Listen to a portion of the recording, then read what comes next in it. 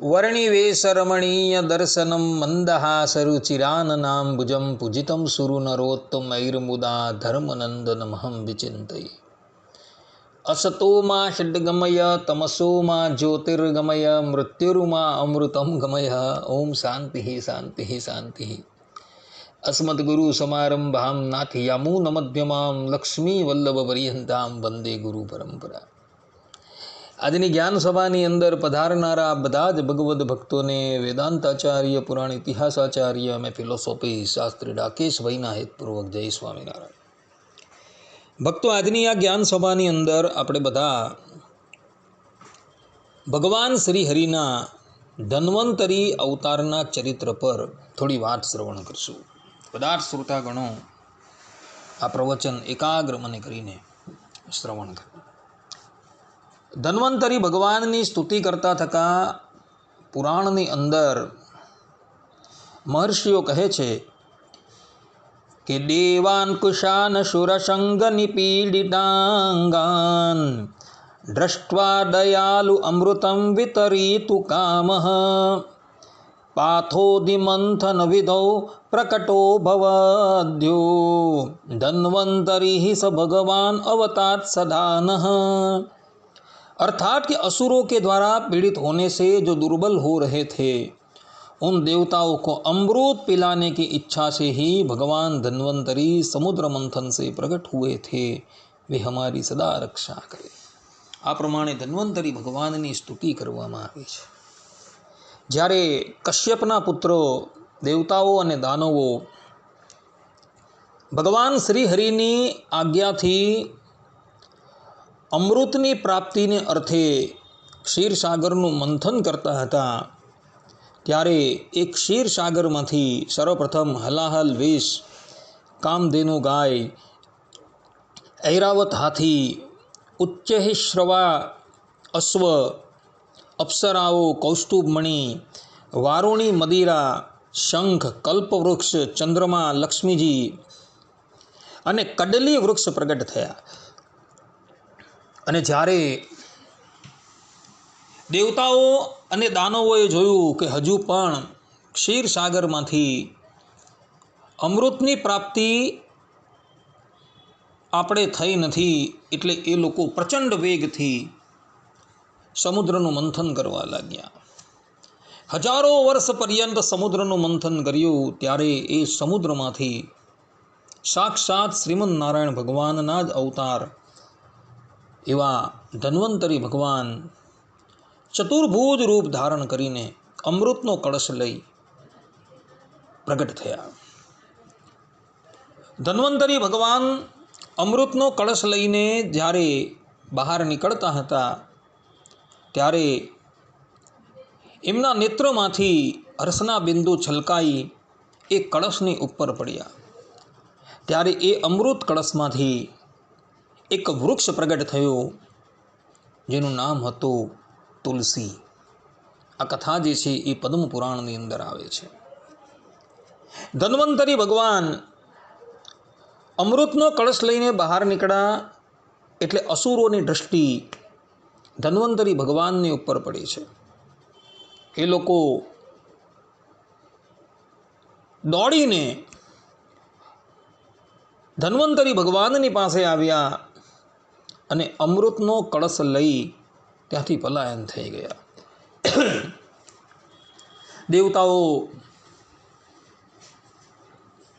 અમૃતથી વંચિત થયેલા જોઈ શ્રીમદ નારાયણ ભગવાન મોહિની રૂપ ધારણ કરી અસુરોની પાસે આવે છે અને કુશળતાથી એઓને મોહ પમાડી એ અમૃતનો કળશ એ લોકો પાસેથી લઈને બધું જ અમૃત દેવતાઓને પીવડાવી દે છે. દેવતાઓ અમૃત પાન કરીને અમર થઈ ગયા. ત્યારબાદ દેવાસુર સંગ્રામ થાય છે અને દેવાસુર સંગ્રામની અંદર દેવતાઓ દાનવોનો સંહાર કરી દે છે. કેટલાક દેવતાઓ જે છે એ દાનવોને ખૂબ પીડિત કરી માર મારી ત્યાંથી ભગાવી દે છે. કેટલાક દાનવો જે છે એ મોતના મુખની અંદર ઢકેલાઈ જાય છે. દેવાસુર સંગ્રામ પૂર્ણ થાય છે. ત્યારબાદ દેવરાજ ઇન્દ્ર ધન્વંતરી ભગવાનની પાસે આવે છે અને એઓને વિનંતી કરતા કહે છે કે હે ધન્વંતરી ભગવાન, આપ દેવ વૈદ્યનું પદ સ્વીકાર કરો. આ પ્રમાણે જ્યારે દેવરાજ ઇન્દ્રએ કહ્યું એટલે ધન્વંતરી ભગવાન દેવ વૈદ્યનું પદ સ્વીકારે છે અને સ્વર્ગની અંદર આવેલી અમરાવતીની અંદર જઈ નિવાસ કરે છે. દેવરાજ ઇન્દ્ર એમને યજ્ઞ ભાગના અધિકારી બનાવે છે. ત્યારબાદ જ્યારે ધરાતલની ઉપર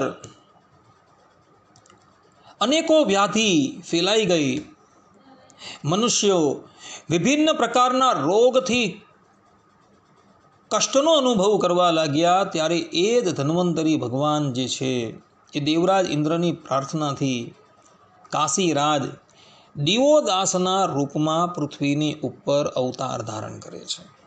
આખી કથા જે છે એ શ્રીમદ ભાગવતની અંદર આવ્યો છે. કહેવાનું તાત્પર્ય એ છે કે ધન્વંતરી ભગવાનના અવતાર 2 વખત થયા છે.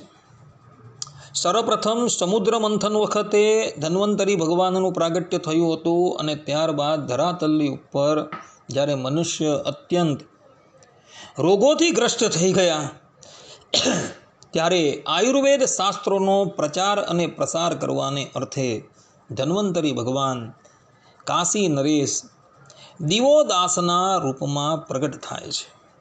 આ ધન્વંતરી ભગવાનના જ આદિદેવ, અમરવર, અમૃતયોની અને અબ્જ આદિ નામો છે. જે પણ કોઈક મનુષ્યને અસાધ્ય રોગ થયો હોય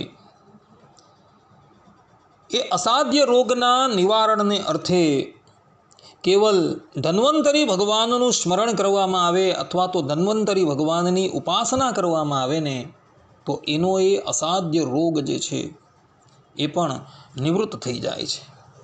નારાયણ કવચની અંદર પણ ધન્વંતરી ભગવાનના નામનો ઉલ્લેખ છે. શ્રીમદ ભાગવતના 6ઠ્ઠા સ્કંદના 8મા અધ્યાયના 18મા શ્લોકની અંદર વિશ્વરૂપ કહે છે કે ધન્વંતરી ભગવાન પાત્મપથ્યાત, અર્થાત કે ધન્વંતરી ભગવાન અમારી કુપથ્યમાંથી રક્ષા કરો. આ પ્રમાણે ધન્વંતરી ભગવાન જે છે એ આયુર્વેદ શાસ્ત્રના પ્રવર્તક છે. એમનું પ્રાગટ્ય જે છે એ આસોવદી ત્રયોદશીના દિવસે થયું હતું. એટલે ભારત વર્ષની અંદર આ આસોવદી ત્રયોદશીનો દિવસ જે છે એ ધન્વંતરી અર્થાત કે ધન ત્રયોદશીના નામથી મનાવવામાં આવે છે. કેટલાક એને ધનતેરસ પણ કહે છે. કેટલાક અણસમજુ અજ્ઞાનીઓ જે છે એ આ ધનતેરસને દિવસે ધનની પૂજા કરતા હોય છે, પરંતુ એ લોકોની આ વાત જે છે એ સંપૂર્ણપણે શાસ્ત્ર વિરુદ્ધ છે. કારણ કે આસોવદી ત્રયોદશીને દિવસે તો ધન્વંતરી ભગવાનનું પ્રાગટ્ય થયું હતું. એટલે એ દિવસે ધન્વંતરી ભગવાનનું પૂજન કરવાનું છે. જે પણ કોઈક મનુષ્ય આસોવદી ત્રયોદશીના દિવસે ધન્વંતરી ભગવાનનું પૂજન કરે છે એને કોઈ પણ રોગ જે છે એ સતાવી શકતા નથી. આ વાત શાસ્ત્રોની અંદર લખેલી છે ભક્તો, કે કેવલ સ્મરણ કરવા માત્રથી ધન્વંતરી ભગવાન જે છે એ મનુષ્યના બધા જ રોગો હરી લે છે. માટે ભક્તો, જે પણ કોઈક મનુષ્યને કોઈક વ્યાધિ થઈ હોય તો એઓએ પોતાની વ્યાધિની નિવૃત્તિને અર્થે ધન્વંતરી ભગવાનની ઉપાસના કરવાની છે. ધન્વંતરી ભગવાનની ઉપાસના કરવાથી જ મનુષ્ય જે છે એ રોગથી મુક્ત થઈ જશે.